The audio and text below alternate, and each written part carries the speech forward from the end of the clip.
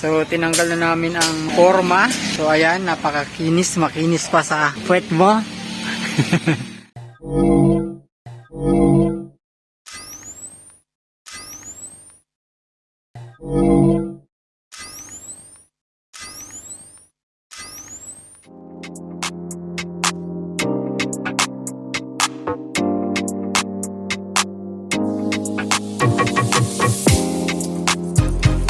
Ayan, may palimpo si Madam Ana para sa mga workers.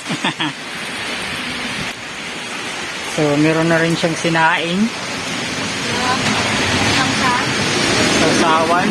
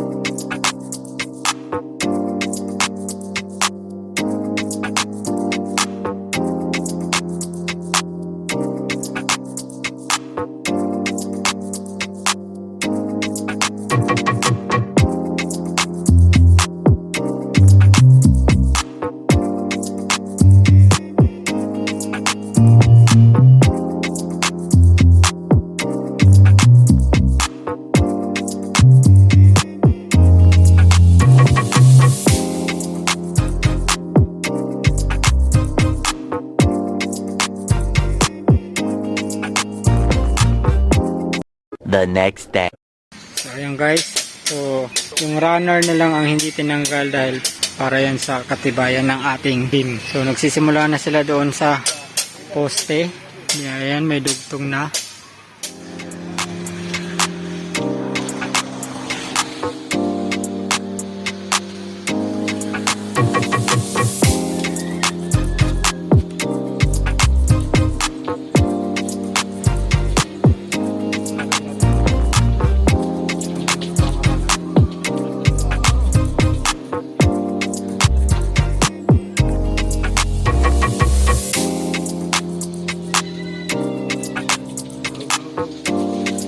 Guys, ayan, struggle sila sa pagdugtong ng bakal.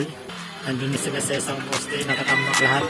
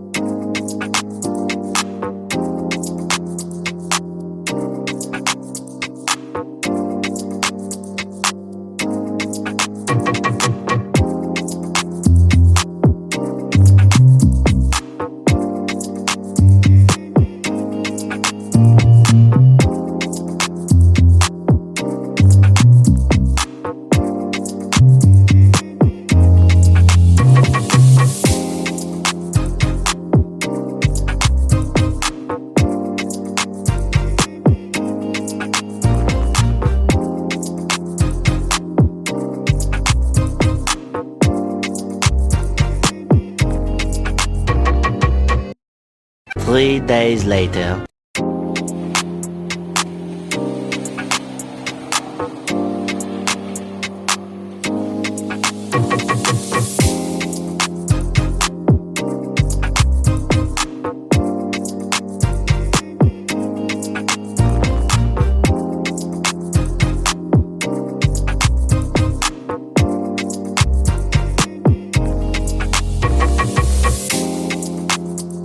One eternity later.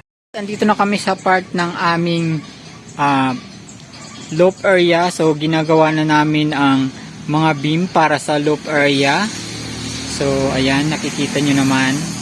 Ito yung update sa aming pagpapagawa ng aming bahay kubo. Bahay kubo talaga. So yun.